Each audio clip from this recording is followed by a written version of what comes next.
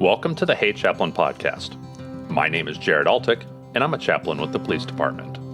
Hey Chaplain is an officer wellness podcast produced for cops and covers topics like your career, wellness, and law enforcement culture. So on Hey Chaplain, you'll hear from dispatchers and federal agents, sheriffs, and U.S. Marshals, as well as occasional detectives from my hometown of Kansas City. From the LAPD to Scotland Yard, the guests on Hey Chaplain share their own wisdom so that police officers everywhere can survive and thrive. Today we're going back to one of my favorite organizations, Concerns of Police Survivors, or C.O.P.S. In the past, we've talked to folks from local chapters of C.O.P.S, but this time I wanted to talk to someone who currently works for the national organization. Tony Williams is a media specialist with Concerns of Police Survivors, and he helps organize and run several of the programs that C.O.P.S provides. If you've seen one of their videos, you've probably already heard Tony's voice doing the narration. Today, I'm talking to Tony about what the national organization of C.O.P.S does for the local chapters, and we spend some time talking specifically about the Police Week events held each May in Washington, D.C. Don't miss what Tony says about what you can do to support the families of officers killed in the line of duty. Here's Tony Williams. Hello, Tony. How are you today?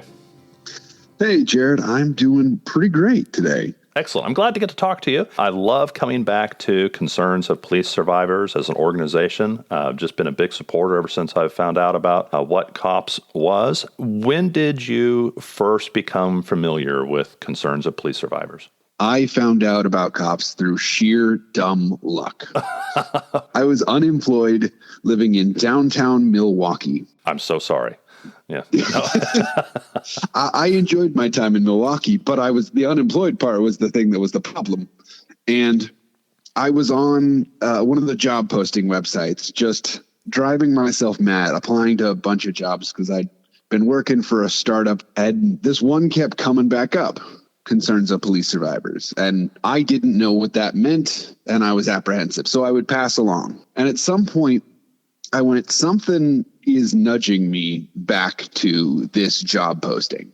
So let me go ahead and apply. My now boss, Sarah, called me and interviewed me, and we talked. And the more and more we talked, the more I went, this is a place that I can do so much more good than I was previously, right? Yeah. So they invited me to drive down to Missouri and come see the national office in rural Missouri. And a few weeks later, they called me back and said, hey, we'd love to offer you the job. And I hopped on that, right?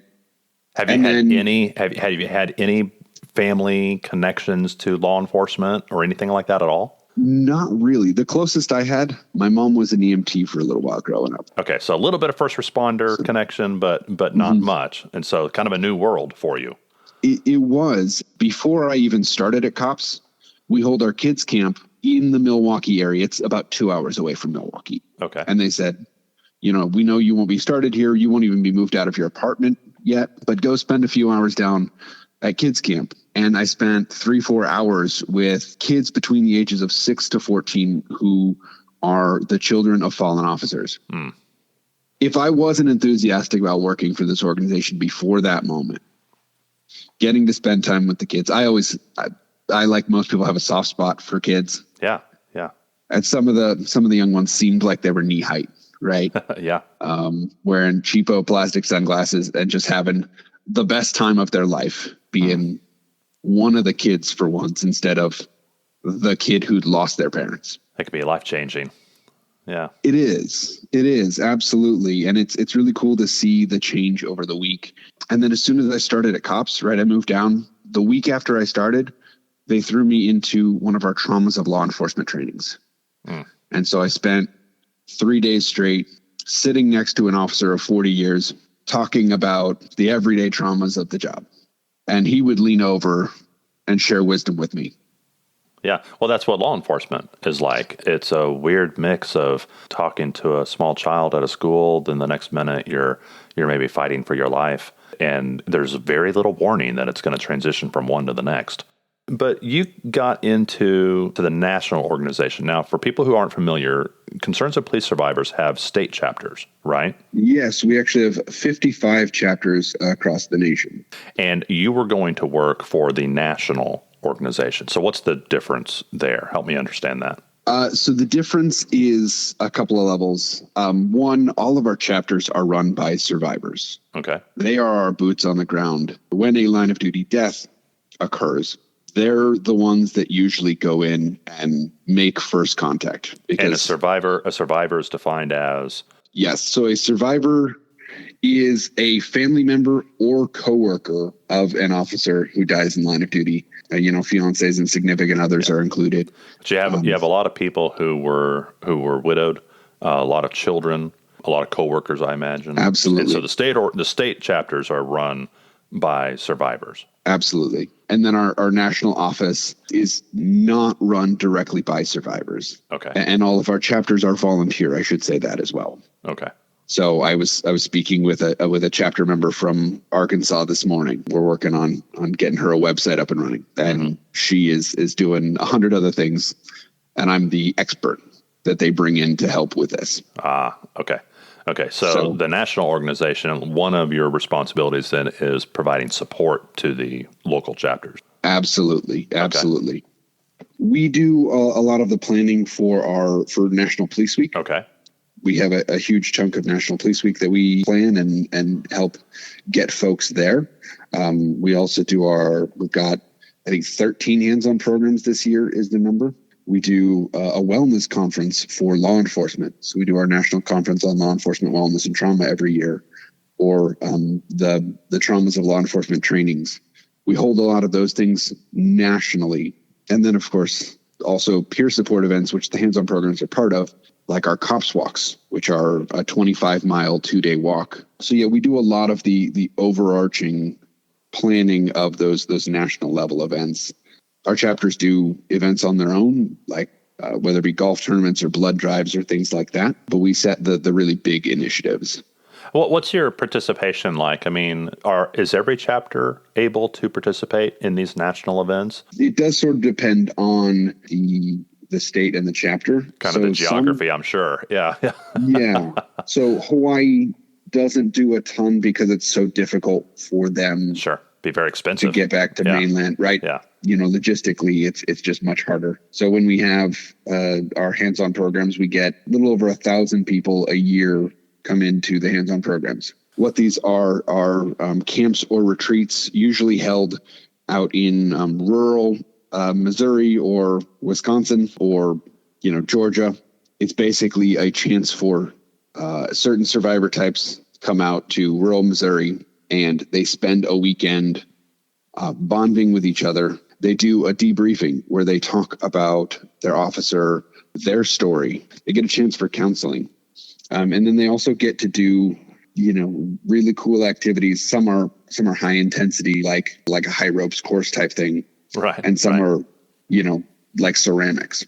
All right. Sure. There are a little bit of everything, anything for everybody, I suppose, right? Yes. Yeah. Okay. And so that model then comes, whether it's a retreat or a camp, we model those based on who is at it. So the kids camp, obviously those activities are gained towards the kids. The teens at young adults camp, they get a little bit different of criteria to fit that sort of teen age range a little bit better. How do the different chapters get their survivors that they're helping take care of, that they're giving support to? How do they get them to these events? Are there scholarships? Is there a fund? Do they have to do that at their own expense? How does that work? The retreats and camps, the hands-on programs themselves are zero cost. So we take care of all the cost once you get to it. Okay. So the only cost that might need to be taken on is travel. Okay. And it really does depend on the chapter. Certain chapters have the ability to cover travel funds for those who need it. Like maybe they're doing their own fundraisers or something. Yes. Yeah, okay. And then we do have, usually we try to have a sponsor that helps sponsor travel. So if we do have a couple of survivors a year that are in states that don't have chapters that can help them, Okay. We have a sponsor that will sometimes step in and say, okay, we'll cover $500 of your travel. Okay. Wow. So now you have a lot of responsibilities. Do you get to actually go participate in any of these camps? Are you there with your video camera or doing that kind of thing? Or do they keep you pretty busy back at the office? Yeah, so I actually do get to travel. Our national staff are the ones actually running these retreats. Uh-huh. So a lot of times they'll send me with my camera, and I'll take photos at the retreat and things like that. But I'll also be, hauling coolers downstairs to refill them so the folks have drinks. Or yeah, I'm a church. My day job, I'm a church pastor, so I know all about stacking chairs and taking out the trash after everybody else has gone home and that kind of thing. I sympathize absolutely. Yeah. Yeah, and so we do that. And then depending on during free time, sometimes we'll get involved in the activities. Sometimes we don't get the chance to because we're setting up something in the background. Right. Another thing that National C.O.P.S does is National Police Week. That's coming up here in May, the 11th to the 17th. Is that correct? Yes. I can never remember the days of the week, but so the number days are always the same. Oh, really? But I the didn't days know of that. the week change. Yes. Okay. So Police Week is set because of May 15th. Okay. So it runs across May 15th every year. Yes. May 15th is Peace Officers Memorial Day. Okay. So that's the nationally recognized day, and that's when the FOP holds their Peace Officers Memorial Service. Mm-hmm. And then the day before it and the day after that, C.O.P.S holds conferences. On the 13th is always the Candlelight Vigil. And then it's, from there we spread it out, arrival days, departure days, things like that. And these events are specifically in Washington, D.C.? Yes. Right. Okay. Okay. So National Police Week is the nationwide memorial and honoring of our officers and their families and coworkers. Okay. You get folks brought in from all over, and you get departments that send officers from all over. And for anything as far-reaching as honor guard competitions to bike rides, we have a conference where we teach survivors how to deal with the grief of their loss and take on some of the challenges that we know that they're going to be facing, because we've been working with survivors for almost 40 years now. Yeah. And then there's also the Peace Officers Memorial Service, the Candlelight Vigil, our big memorials. And folks take a ton of time to just go to the law enforcement memorial wall, make an etching of their officer's name, and just spend time there. I've been in D.C. when National Police Week isn't happening. You can feel the presence of the family of officers that comes out. And there's not a better word than family when you're out there. Do you know numbers off the top of your head? How many attendees are you having, or maybe that's not the right measurement, but how many people are we talking about? Yeah, so I think last year we had somewhere around 9,000 or 10,000 survivors. Okay. And that's just registered with us. That's not folks that got sent by their departments. That's not folks that flew in to sit a mile away and listen to the service. So that number is probably much bigger. My guess would be, 40 to 50,000. But you have upwards of almost 10,000 that you specifically have registered. You're doing all the logistics for hotels and all the other things that go into a conference, as far as, getting people from point A to point B and organizing the schedule and all that kind of thing. Yes. Yeah. If someone's never done this before, maybe they are a surviving coworker and maybe they haven't really gotten as involved in concerns of police survivors as maybe surviving family members have. What is your elevator pitch for you really should consider coming to Washington, D.C. in May and taking part in this stuff? What would you want for your family in this situation? It's extremely hard to describe what it feels like. I've taken some time to just sit with the names of the fallen officers. And as you would expect, it's heavy. Yeah. But there's so much more to it. There is hope for the families and the coworkers keeping those memories alive every single day. There is the joy of a good memory and a story told. So for law enforcement, the officers that go, when you're there in that moment, the feelings are indescribable, right? There's the saying that we die twice, right? The first time is when our mortal body fails us. And the second time is when folks stop saying our name. Yeah. Yeah. We throw around very loosely the phrase never forgotten, but that's easier said than done. Absolutely. And we need to be deliberate about remembering those who've, made the ultimate sacrifice. Absolutely. Especially if you know a family. It matters so much to them to see officers at these memorials from their agency, even if they don't know you directly. Yeah. But especially if they know you directly. I can tell you, when I was at the Peace Officers Memorial Service, there are some years where I've been to an event and I know some of the attendees beforehand. And after they've placed a rose, just seeing a familiar face as they're going through the complex and massive emotions that happens at these memorials, it helps so much. It's meaningful. Yeah. It is. And I've heard many families say that having their department there, having officers they know there, is like having their officer there. Yeah. I would hope that some of the executive leadership of different agencies, the sheriffs and the police chiefs of these different agencies, would do a little bit of historical research and know, okay, how many fallen officers have we had over the past several decades? Because some of the survivors, if there's adult children of that are survivors, then, the death of the officer may have been decades ago. Yes.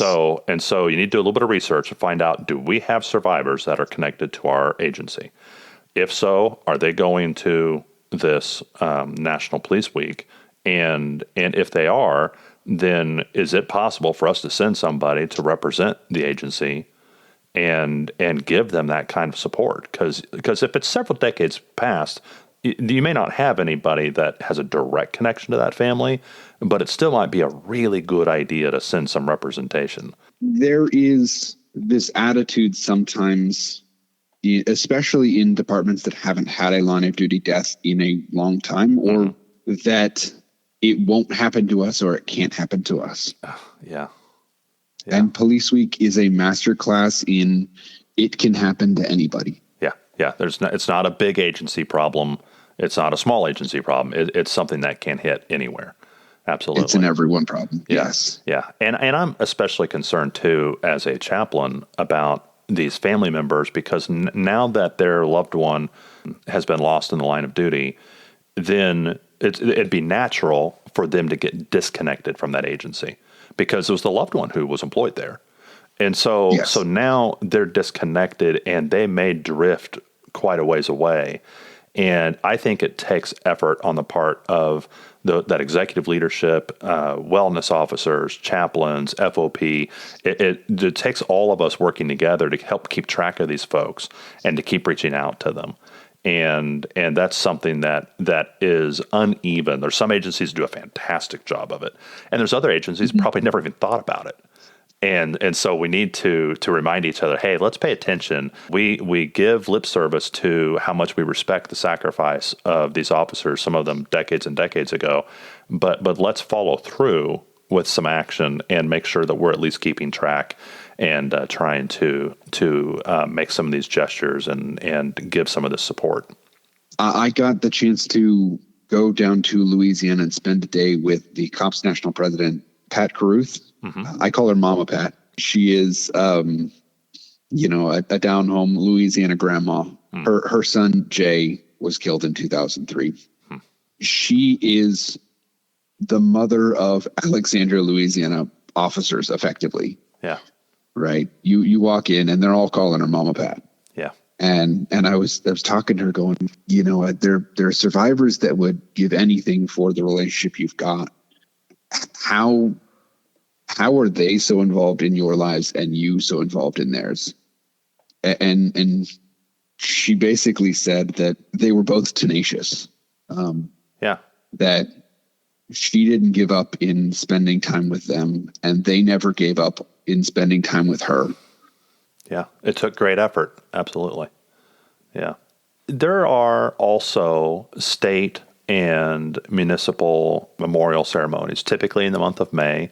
Sometimes they happen the same time as Police Week, and sometimes it's a few weeks before or after. But a lot of our young officers, people who are new into law enforcement, they probably are not able to just select a week off in the middle of May to travel to Washington, D.C.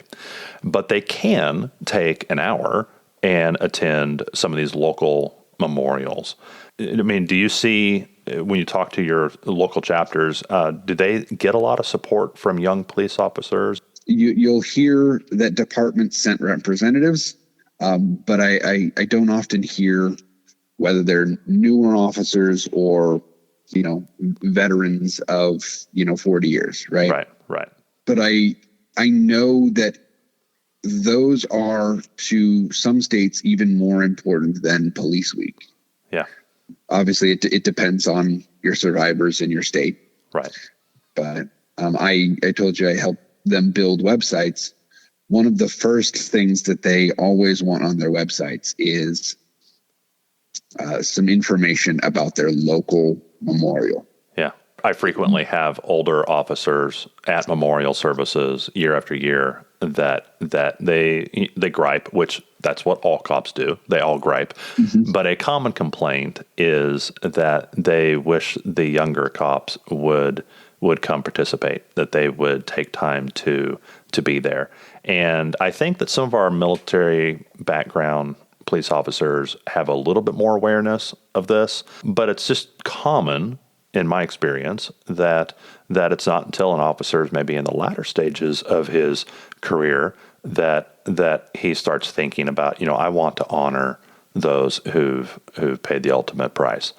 And I just would really encourage all officers to take the time out to participate in these things if they possibly can. And I would double down on that. For I think a lot of folks, it is sometimes out of sight, out of mind. Yeah. And I don't mean that in a super negative way, but you've got 100,000 things to deal with on a daily basis. Mm-hmm. You're not thinking about the things that aren't in front of you sometimes.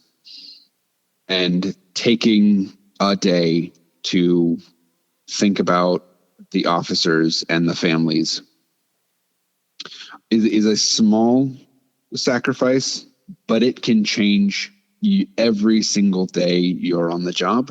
Yeah. And how you even spend time with your own family. Yeah, absolutely. Absolutely. It helps us prioritize things. It helps us connect to transcendent things that are bigger and beyond us.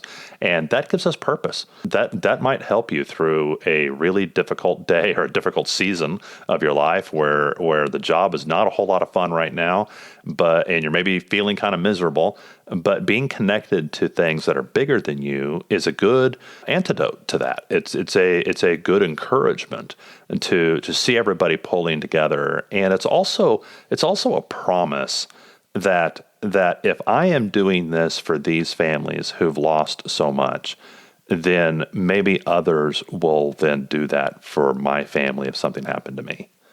And I think that's an important trade to make, even if that's just silently inside your heart. I think that is a important trade, an important connection to make with the law enforcement community. What else can an officer do to help with concerns of police survivors? The place we oftentimes need the most help are the local chapters. Since they're volunteers, some folks will spend 40 to 80 hours a week volunteering, which is crazy. And my heart goes out to them. They're awesome, and some folks can do 2 hours every other month. But if a chapter has a website, well, they may need somebody to help them put a few things on it every once in a while, or putting some things on social media, or just carrying some boxes to set up for a golf tournament. Just doing very simple things. Sometimes they don't have the manpower to do. So that would be, I think, the start is just get into the local chapter. Reaching out to that local chapter and seeing what needs they have. That's excellent. National Police Week is coming up right around the corner. What's your week look like? Are you going to be in Washington, D.C.? Oh, yeah. I will be there well before survivors start arriving, and I'll leave right after everybody else. I imagine this is going to be a lot of work. And so we normally our step counters go off the charts. I bet. I bet. Well, I'm not going to make it to Washington this month, but I look forward to doing that in the future. And I can't thank you enough for the work that you do for these survivors and the encouragement that you offer and the support that you give to local chapters. I just really think that's commendable. And I appreciate you talking to me today. Hey, I appreciate getting to talk with you, and thank you for everything you do as well. Thank you. I want to thank Tony and the rest of the staff of the National Concerns of Police Survivors organization. The work that they do at Police Week and through all of their hands-on programs and camps and such is so valuable to these surviving family members and coworkers. I really believe in what C.O.P.S does, and I want to help promote what they do. So if your local chapter of C.O.P.S has a story and some wisdom to share, please reach out to me. I'd like to share your story. On the next episode of Hey Chaplain. And those are generally your younger sergeants. Okay. And they want you to do it the way they want you to do it or how they did it. Uh-huh. When even though the officer's way is still a correct way. Yeah. Because how many ways can you handle a call? Well, how many officers are there? Yeah. But they're all right. Yeah. Well, sometimes you get a sergeant that thinks that they're solely responsible for those people or that call, and they want you to do it just their way. And their way is the only way. Their way is the only way, which is not true. So a young supervisor needs to know that as long as it's within the policy and within the law, and it's ethical, moral, and legal, let them have it. Let them do it. And let them do it their way. Yeah. And then you just... Yep. Okay. Sounds good. And we're moving on. Yeah. Until they violated policy or law, there should be some leeway there. Correct. But that's hard to do if you're a brand new supervisor and you are really still catching up, get your feet under you. Mm-hmm. It's hard to then also be flexible with other people. On an emotional level, you need them to not throw you any curveballs because you're just barely keeping up with your new responsibilities. Mm-hmm. Once you catch up and you're comfortable, then you can be a little more flexible. But that flexibility in the early stages can be, a tall order. Right. And so. Exactly. Yeah.